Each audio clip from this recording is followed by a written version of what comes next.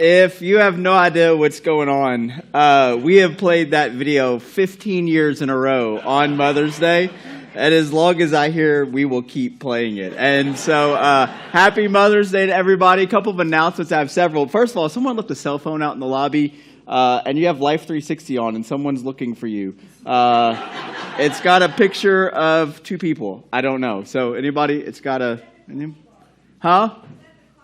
Was it at the coffee bar? I don't know. They just handed it to me. Okay, it was at the coffee bar. All right, nobody. If we get a phone call, we'll answer it. I promise. So, couple of not fun announcements, and then we're going to have some fun. First of all, if you are a mother or a mother-to-be or a mother figure and you did not get one of the tickets as you came in, April's right there in the back and would love to give you one. We're going to give away some Farmhouse gift cards here in a second. So just make sure and raise your hand or go see her in the back. But a couple big announcements. First of all, if you don't know, we went through a flood last year. And that was a very fun time. And so a couple things. In 2021, this is a very old building. We had to replace the roof on this building in 2021. We knew that eventually we would have to replace the gutters. And because of the flood last year, we pushed that off as far as we could. Well, I've said several of you send pictures. Our gutters, I don't even know if they're gutters anymore. They're just pieces of metal hanging from our building. So we are at the place we have to replace the gutters. And so if you're new to Journey or you're here and this is your only week here and you're here just because your mom told you to be here, just put earmuffs on real quick. For everybody else, we are needing to raise about $14,000 in order to do this. Now, that sounds like a lot of money. I get it. But on average here at Journey, we have around 600 people attend Journey every single week. And then throughout the month, we have between 1,000 and 1,200 people come through our doors every single month. So here's what we're asking.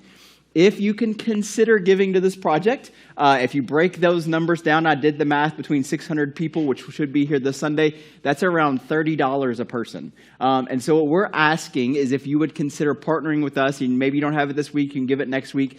We have giving baskets around the room every single week, but if Journey is your church home and you would like to consider partnering with us in this, you can also give on the app. You saw the video Paul did at the beginning. It's the best way to give and set up recurring giving. Again, I don't like to talk about money. You don't like to talk about money, but this is something we need to do before it causes more damage to our building. So we are going to go move forward with that project. And if Journey is your church home and you would consider that, again, when we do the math, it's about $30 extra per person. And if you would consider that, that would be very, very great. There's so much going on, including with the summer plan. So there'll be a special podcast coming out this week in which we'll talk about everything. We'll make that available on social media and all that stuff. It'll be about 10 minutes. Won't be super long. But just talking through everything going on this summer. We also have a bi-weekly podcast called Divinely Uninspired. And this week we talked about a really important topic, which was unanswered prayers and what we do with that and how we feel about that. So download that anywhere you listen to podcasts. It's, again, I say this all the time. It's about 30 minutes of the stupidest conversations you've ever heard with about 15 minutes of really serious, hopefully inspirational stuff at the end. Also, this week was Teacher Appreciation Week, if you didn't know. And because of your generosity here at Journey, we do this every year. We were able to feed in some capacity every teacher that feeds the Central Bullet Central school system through Bullet Central, middle schools, elementary schools. So over 546 teachers you were able to serve this week, and that's because of your generosity. And so we can't thank you guys enough for that and the teachers and what they do. Yeah, you can give it up for that. That was awesome.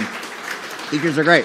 All right, so lastly now, it is Mother's Day, so go ahead and bring that bucket up here. If you missed it, we have a free ice cream for everybody, moms-to-be, mother-like figures. Just stop by out there. I didn't bring my readers. This is going to be hard. I'm not going to be able to read these. But stop by and get your free ice cream. It's a sweet shop right across the street.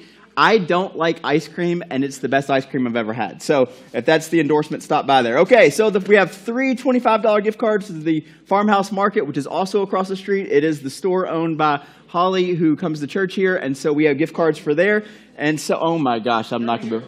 All right, yeah, you come here, Chad. You're older than me. How are you going to be able to read these? All right, so that's the first one. Holding ticket number? Yeah. Right. First ticket, 5131353. 1353. All right. Here you go. Yep. April, do you want to hand these out? Give it up for April. Yay. All right. There's the first one. All right. If you've never been to the Farmhouse Market, let me say, you will find something you will love there. And if nothing else, their chocolate chip cookies are amazing. So there you go. All right, second ticket, 513-1344. 1344. 1344. Do we need to bring the house lights up a little bit? It might be hard for everybody to read. Yeah, 1344. 1344. Going once, going twice. Nope, you lost. All right, here we go. We'll give you an extra ice cream if that was you. All right, next one. 1333. 1333. All right, here you go. All right, and the last ticket. Again, if you don't win, please stop by and get your sweet shop. And we have a photo wall out there for you for your Mother's Day photos. Trying to go to the bottom for the early people that got here on time, not just the late people. There we go. All right, last four is 1406. 140. Oh, no. Yeah, that seems a little funky. All right, there you go. Thank you, guys. Happy Mother's Day to everybody. We're so glad. Again, stop by, get your photo. You can bring those house lights down a little bit. All right, so that took a lot of time. And here's the thing. I have a lot of words to say, and now I've only got about 26 minutes to do it. So we're going to get through this. I may spit, so you guys on the front row, I apologize. Okay, so here's the thing. We have been in this series talking about human. We had Justy last week come and share their inspirational story of everything going on with Aconda and all the things. Continue to support them, and they're doing amazing things. But back into this series, and so this was something my mom taught me growing up, and if you're a mom, maybe you taught your kids this, and it's referred to as what we call the golden rule. The golden rule was not created by your mom, okay? The golden rule was actually created by Jesus, and it says this, and we're familiar with this. It says this. Do unto others, it should come up, as you would have them do unto you, which is essentially the idea is that we treat other people in the way in which we want to be treated. It is a simple rule. It is a good rule. It is a noble rule. And honestly, it works really well until someone hurts you. Until someone mistreats you or lies to you or manipulates you or controls you or disrespects you or talks badly about you or turns on you. And this rule makes sense until that happens. And then all of a sudden something starts to shift into us. And the golden rule that we were taught by Jesus and that most of our mothers and grandmothers or Sunday school teachers taught us eventually turns into this. It says this. Do unto others if they have done unto you. And so if you mistreated me, if you abused me, if you hurt me, if you disrespected me, then I'm going to do the same to you. And if we're honest, as our human nature entails in us, it feels natural to do that. It maybe even feels justified. When someone wounds us, there's something inside of us that wants to wound them back. And sometimes we do it, and other times what happens is, and this happens in a lot of contexts, someone will hurt us, and the person that hurt us, we can't hurt back. Or maybe we don't have access to them anymore. And so what happens is the pain that we feel, we take somewhere else. We take it home, we take it to work, we take it out on our spouse, our kids, our coworkers, our friends, because maybe that person is above us and we can't get to them because it costs us our job or costs us our reputation in the community or wherever it is. And so we take that anger and that hurt and that pain and we displace it into somewhere else. There's this pretty common saying in the counseling world, and maybe you've heard this before, but here's what it says. It's real simple. It says, hurt people hurt people. So if you've been hurt, sometimes the natural response that flows out of you is now to hurt other people. And sometimes we feel powerless in a relationship, and so we try to regain this power somewhere else. And the problem is it creates a cycle, it gets messy, because revenge always has a way of spreading. Anger always spreads, bitterness always spreads, harshness always spreads. And before long, if we look back at some of the pain in our life, what we realize is we don't even know where it started anymore. We just know that this cycle has continued. Because all of us know difficult people. We know mean people, insensitive people, unpredictable people, manipulative people. And so when that happens and we encounter these people and there's pain becomes in our life, we feel this thing in which we need to get them back. It is difficult not to become harsh with a harsh person. It is difficult not to become cold towards a cold person. It is difficult not to become mean towards a mean person. And here's the problem with this. Eventually, if we're not intentional about our choices, we become the very thing we dislike in someone else. They were mean to us, so we become mean back because we don't like it when people are mean. And what happens is we eventually become the thing that we didn't like in the first place. And what happens is when we feel like we have to get even with somebody, what happens is we're becoming even with somebody we don't even like. And it's lowered who we are. And so what do? What do we do when we find ourselves in these situations, and how do we do this? Is there a better option out there? Is there an option? Is there something we can do? Is there a moment in which we can learn to break the cycle of these things? And so what we're going to do is we're going to look at a story that kind of talks about this. And this is an ancient story. It's a story that's in the Bible. It's a story that many people aren't familiar with. And so we're going to take a look at this story. And this story matters because just like in our life when things happen, what happens is emotions run high, anger is building, and sometimes this idea of revenge feels justified. And so what can we do in those moments as human beings not to escalate the situation anymore? And in this story we see there's going to be one person in this chaotic scene that has kind of this wisdom to stop, to show restraint, to show courage, and to keep this situation from becoming more and more destructive. And before we get into it, let me go ahead and tell you, the hero of this story is a woman. A woman that doesn't feel like she has much power in this story, but eventually changes the outcome of this story. Now, the story takes place in the life of a guy named David. Most of us are probably familiar with David. He eventually becomes King David. He starts out as shepherd boy David. And this story takes place in a season of his life. And if you've never read the story of David, we're going to do a series on the life of David in the fall. The life of David is way more than just David versus Goliath. It is this fascinating story of a man trying to chase after God's heart, but also feeling pulled in so many directions, as many of us often do. Now, in this season of his life, King David, will become King David, he is actually a fugitive. And the reason he's a fugitive is because, as we know, when he marched down in the valley of Elah and killed Goliath, he became a national hero. In fact, the Bible tells us that people started to write songs about him, this shepherd boy who took on Goliath, who everybody was afraid of. Now, the problem is he has a king that is over him.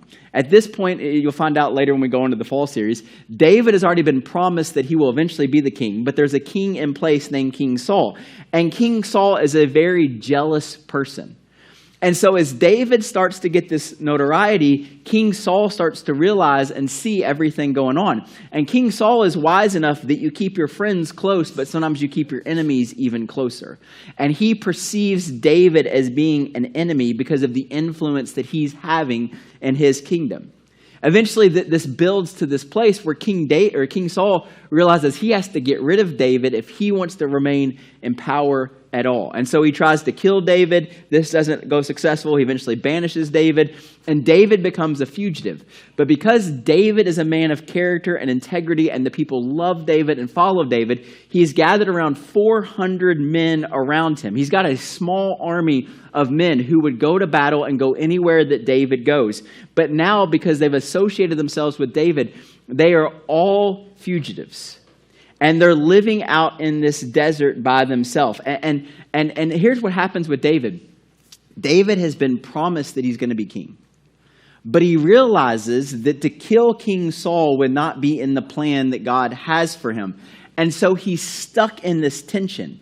And the tension is he's got a problem with King Saul, but he can't do anything about it.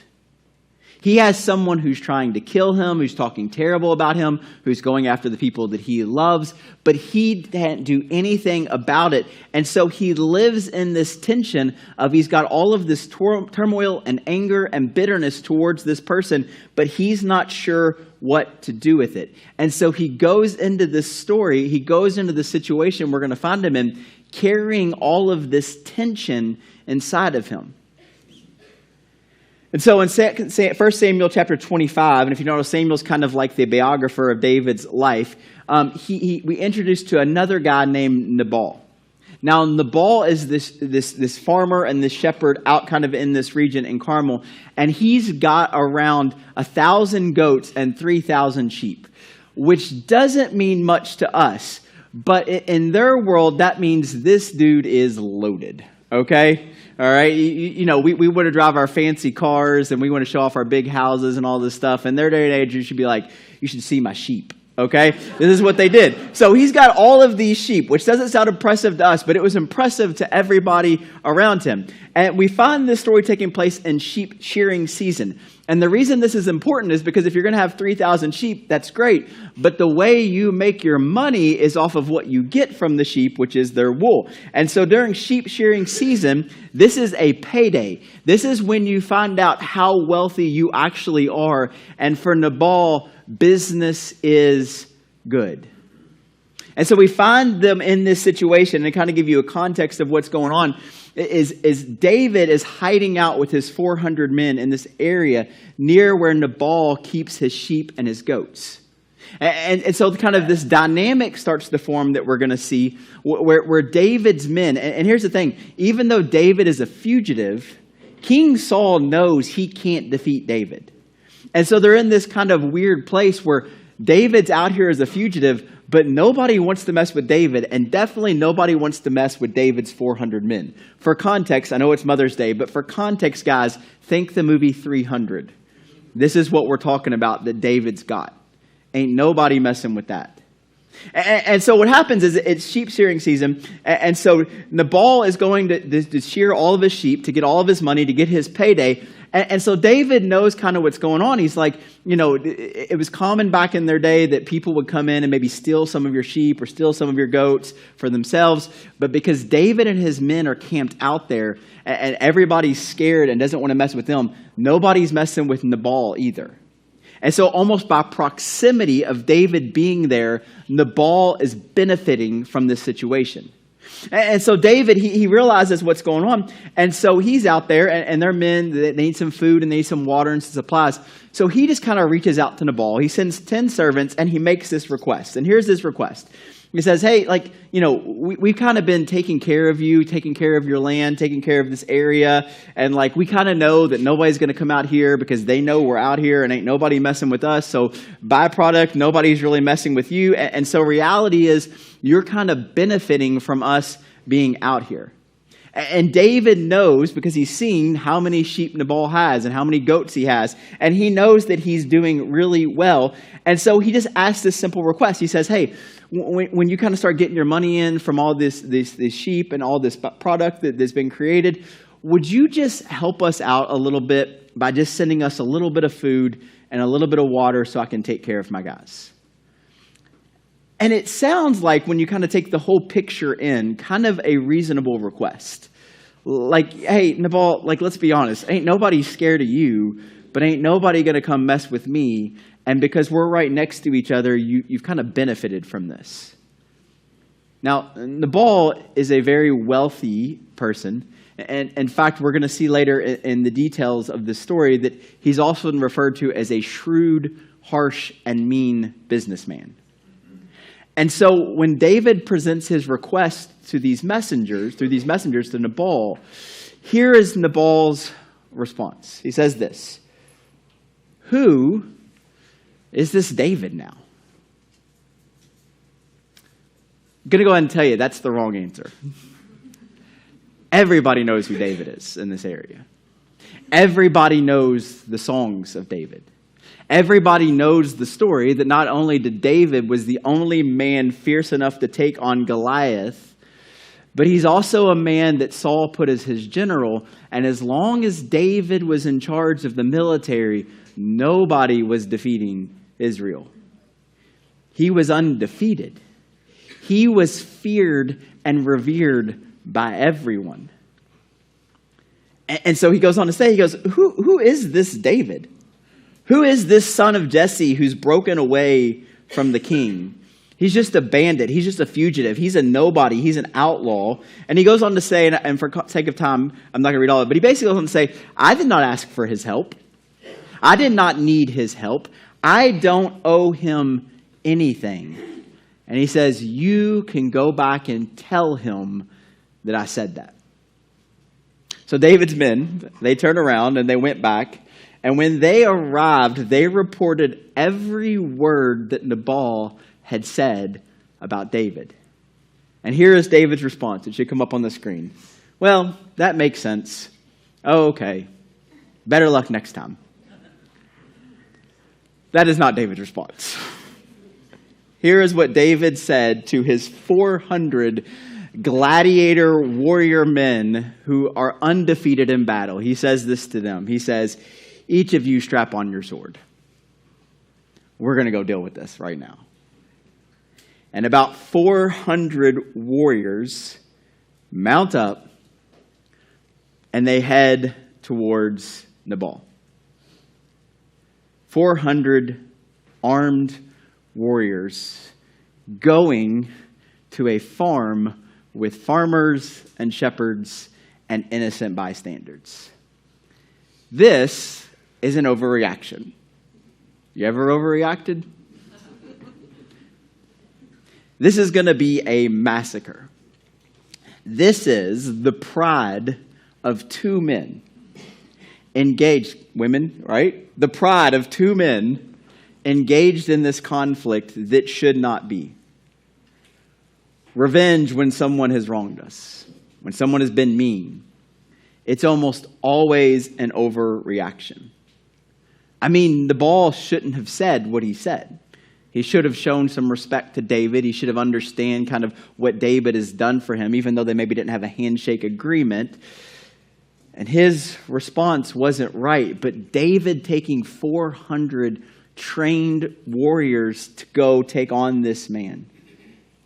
And as David rides along, he's done what many of us have done. You ever been like in a conflict and like it's about to go down and you're like hyping yourself up? You know, you're like talking to yourself and you're like, I used to be into like Rage Against the Machine, like Bulls on Parade is just blasting, you know. And so you're walking up and you got to talk to this person and they've disrespected you. And in your mind, you're playing all the things that you're going to say, right? Like you know what you're going to say. You're going to put them in their place. And David starts to justify everything that he's about to do.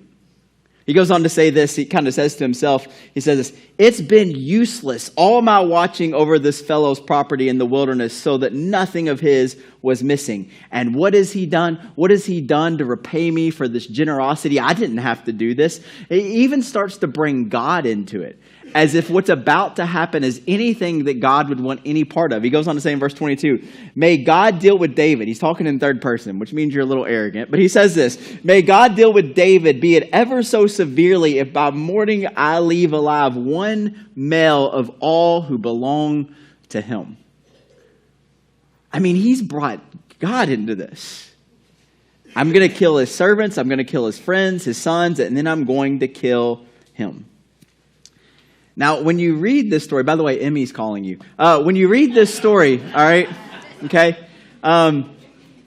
Nabal should not have taunted David. He probably shouldn't have been so mean. But is this what you're going to do when you don't get your way? You're just going to bulk up? You're just going to go after this guy? And so David's riding along. He's hurt. He's angry. He's powering up. Listen, this guy, it's going to be evil for evil. This guy was evil and mean towards me. I'm going to be evil and mean towards him. And here's what I think is interesting about this story, and we're going to see this in a minute. I don't think that David's even really that upset about Nabal. I think the problem is he's always got King Saul in the back of his head. And maybe that's the story of some of us. We're angry and we're mean and we're always ready to bulk up. We're always ready to go after somebody. And the problem is the person in front of us might not even be the problem. This is about something else. So here is David, and he's on his way to do something terrible. Meanwhile, back in Carmel, here's what happens. One of the servants, they overhear all of this going on. And so they go to Nabal's wife, Abigail. And they're like, hey, listen, David sent messengers. You weren't here, but let me tell you what happened. So David sent messengers from the wilderness to give master greetings. And he was rude towards them. He was rude about David. And these men, in fact, you can read this in 1 Samuel chapter 25. They're like, hey, they were nice to us. They actually took care of us. They helped us. They made sure that nothing went missing. Night and day, they were like a wall of protection around us. They protected us the whole time. And so like they're validating, the servant is validating everything that David's men had said. And so the servant, he looks at Abigail and he says this, verse 17, now think it over and see what you can do, because disaster is hanging over our master and his whole household. And in this last line, I think he might have whispered, he is such a wicked man that no one can talk to him. And so Abigail acts quickly. Abigail realizes this situation. She realizes that Nabal is about to bring all of this damage because of his pride on not only her, but their family. But she also realizes that David is about to do something that he's going to regret. Because even though the stories and the songs about David are about how he's a warrior, they're also the songs and stories about how he's a man after God's own heart. And he's fair and he has integrity and he has character. And so she makes a split-second decision that could have gone terribly wrong. But here's what she decides. She goes, okay, I'm not even going to bring my husband in this because he's an idiot. Ladies ever felt like that? She's like, I'm just going to take care of this myself. So she goes and she gets a bunch of donkeys and she gets a bunch of animals and she gets a bunch of food and she ties them together and she loads all of this food onto these donkeys and she loads them up and she knows she's got about 400 men that she's got to feed. And so she told her servant, you go and do this and you send these donkeys loaded up with all of this food. You send them to David. And I will come right after. So here's the scene. David, still talking to himself, still got his 50 Cent going on in his earbuds, he's ready to go. He's playing Mini-Men. Some of you will get that, some of you won't. He's on his way. And so this donkey, and then all of a sudden, here he is. He's mounted up. He's ready to go. And all of a sudden, he sees these ladies and these donkeys coming towards him. And then right behind them is this woman. And it's like this moment, I don't know if you ever had this, where you're ready to go. Like you're ready to respond, you're ready to blow up, you're ready to do whatever it is that you're about to do. You've got it all worked out, what you're going to say, you're going to put them in their place, you're going to tear them down. How dare they do this? And then all of a sudden, there's like this interruption. You ever had that? There's like this moment of clarity from somebody or something, and all of a sudden you're like, whoa, what's going on? And so when Abigail saw David, she gets off of her donkey and she goes, and ladies, I know in our culture this sounds really weird, but she goes and she bows down before him. And she begins to speak to David. And here's the catch. This isn't like a man-woman thing or a woman-man thing. This is the human thing. She begins to speak to David as if he will be the man she expects him to be.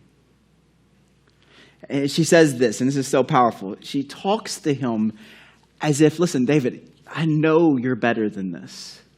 She says, pardon your servant, verse 24, my Lord, and let me speak to you. In other words, just give me a minute, please. Let me talk to you. She says this, pay no attention to my husband. Again, ladies, you may have said that before.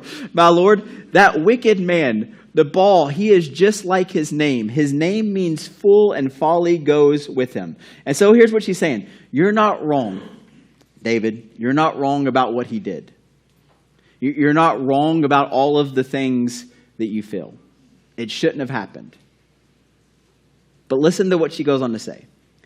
As now, my Lord, as surely the Lord your God lives and is you alive, since the Lord has kept you from bloodshed, since the Lord has kept you from avenging yourself with your own hands. Did you hear what she just said, if you missed it? She goes, you're not going to do this. God has kept you from doing this.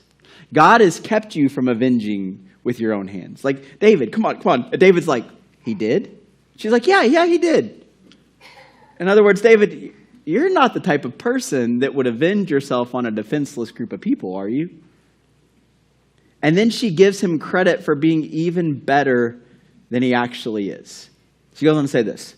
The Lord your God will certainly make a lasting dynasty for my Lord because you fight the Lord's battles. Now this line that Abigail gives him is worth the price of admission today. We didn't charge you, but it's worth it. You, David, fight the Lord's battles. And here is the line for all of us. We get confused, don't we? We sometimes think, and in our culture and world, it is easy to get caught up in the wrong battles. It is so easy to get caught up in the wrong things. And to talk ourselves and justify in our brains that we are doing the right thing when in fact we may be doing exactly the wrong thing. Listen, I'll be honest with you. I have seen things posted. I have heard people say things that I'm ready, like David, to get my sword and say, mount up, let's go. And go to battle sometimes over the wrong things. And Abigail, she appeals to David and she goes, David, no. You fight the Lord's battles.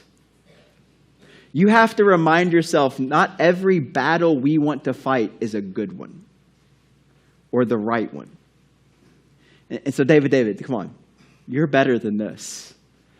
We know the stories. We know the promises of what you can become.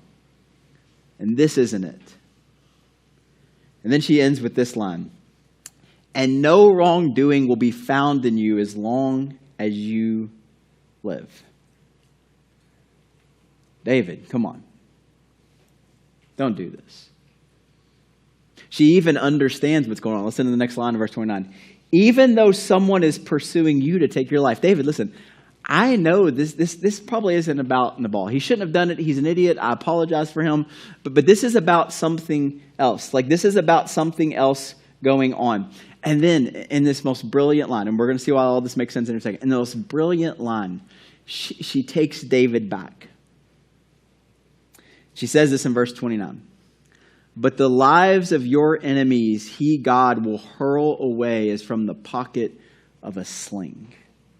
David, we know who you are. You're the man that took the 3 stones and the sling, and you believe that God would give you that victory. Listen, we know who you are. Remember your past. Remember God's faithfulness. God, you weren't a warrior. You weren't equipped for battle. You didn't have a sword, but you did what God wanted you to do. You don't need to return evil for evil. You don't have to do this. She tells David, and here's how she ends it. When the Lord has fulfilled for my Lord every good thing he promised concerning him as appointed him ruler over Israel, my Lord will not have on his conscience the staggering burden of needless bloodshed or having avenged himself. She talks about his future. She says, David, if you do this, you will regret this. And the reason I love this line is because what she tells David is, listen, when this is a story that people tell, and they will tell it, what story do you want them to tell, David? And that might be the greatest question that any of us can ask when we're faced with a decision in a tense moment. When all this is a story that you tell or people tell about you, what is the story that you want people to tell? Do you want people to tell the story about how you took it too far? Do you want people to tell the story of how they did this to you, so you did this to them? Do you want people to tell the story of how you were hurt, so you hurt everybody you possibly could? Is that the story you want to tell, or is there a better story? And there's the tension. And so Abigail finishes her story, and there's a pause. Because David can do whatever he wants. And here's what he says. Praise me to the Lord, the God of Israel has sent you today to meet me. May you be blessed for your good judgment. And David gets his men, and they turn around. And a massacre and a regret has been dealt with. All because of a smart woman, just a wise woman. Now, I almost don't want to tell you what happens next because it's crazy. So 10 days after this, Nabal dies. And David, because they're in such close proximity, hears that Nabal dies. And so he sends his servant to the camp, and he goes, hey, you remember that woman? I like her. Will she be my wife? And they get married. And they lived happily ever after. That's not true. You can't be one of someone's wives and live happily ever after. It doesn't work like that. But it is this amazing story about this woman who steps into this scene, into this moment. And so here's a couple things as we wrap up that I want to say. First of all, we all need an Abigail in our lives. We all need someone who can talk us down when emotions are running high. Someone who has access to us, somebody who loves us enough to step into that moment before we do something we regret. And the reason I'm telling this on Mother's Day is because some of you, that might be your mama. But if it's not, all of us need someone. We need someone willing to say, hey, this isn't who you are. Hey, don't let this moment define you. Hey, don't trade your future for what you're feeling right now. And when those people show up in our lives, like Abigail did that day, we need to be wise enough to listen to them. Because if we're honest, some of our greatest regrets could have been avoided if we had listened to an Abigail that God was trying to place in front of us. A parent, a friend, a spouse, a mentor, someone. I can almost guarantee you, every regret you've ever had, someone tried to say something, but you were too angry or mad to hear it.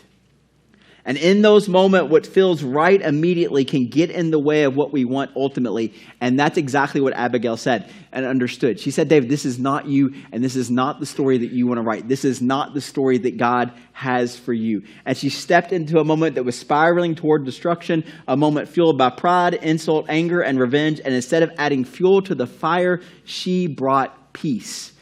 This is what peacemakers do, and peacemaking is not a weakness. It is the courage to step into conflict and absorb the tension. Listen, any one of us in this room can throw gasoline on a fire. Very few people know how to bring water. And when Abigail stepped in, she didn't just save herself. She didn't just save her household, even though she did. She protected David from becoming something he didn't want to become, because revenge was about to write David's story for us. And isn't this true of all of us, not just David? If we're not careful, hurt and pain will always start writing your story. Bitterness will start writing your story. Anger will start writing your story. And before long, we find ourselves in a story we don't even want. I love the contrast of these characters. Here's what I was going to say. Listen, Nabal was irrational. David was predictable. Yeah, someone challenged you, you're a big shot, you're going to go back at him. Abigail was remarkable. She interrupted this cycle. And for those of us who follow Jesus, that is the invitation in front of us. Listen, those of us that follow Jesus means we refuse to let evil shape who we become. Jesus says, love your enemies, pray for those who mistreat you, do good to those who would never expect it. And honestly, that sounds impossible in light of everything we've talked about today. Because our natural response, I'll treat them the way they treated me, as we said from the beginning. But Jesus calls us to something higher. Not because people always deserve it, not because it instantly changes it, but here's why. Because it keeps hatred and bitterness from eventually taking root in us and regret becoming our story. Because when you respond differently, when you choose grace over revenge, peace over escalation, wisdom over reaction, you break the cycle. And you do it. And here's what's amazing about this story. David didn't just do it for Nabal. What David decided to do after Abigail spoke wisdom into his life was for him. For his heart, for his soul, for the kind of person that he was going to become. And so we, just like Abigail, listen, you need an Abigail in your life. And for us as individuals, we need to become more like Abigail. Someone that steps in, that absorbs the tension, that points people toward wisdom, that helps stop the cycles that would otherwise destroy people. Jesus said it this way, Blessed are the peacemakers, for they will be called the children of God. There it is. And listen, in the world we find ourselves in, we need some more peacemakers. Be an Abigail, find an Abigail. Because when everyone else is escalating, they're healing. When everyone else is reacting, they're redeeming. While everyone else is writing stories of revenge, they help write stories of grace and forgiveness. And they step in the middle of the chaos and bring peace. Be an Abigail, find you an Abigail, and make your story better. Let's pray. Father God, we love you and we thank you. We thank you for the moms and the people that have influenced us. We thank you for the wisdom of women in this room that have helped guide men for many years and many generations. God, we thank you for this story because I love this story because we all could find ourselves in the place in this story with the situations and circumstances in our life. And God, we pray that we would find Abigails in our lives that would talk wisdom into our lives to help us from making decisions we regret. God, we pray that we can become like Abigails who find ourselves in tense situations because being a human is hard and conflict is inevitable, but we need to become wiser and better, and we need to become peacemakers in our life. And God, in all these things, may we find the grace, love, peace, and mercy that you give in our own lives, God. May we realize the love and the mercy and the grace you want to offer us in light of everything that we faced in our lives, God. We love you. We know you love us. We thank you for this day. In your son's name we pray. Amen.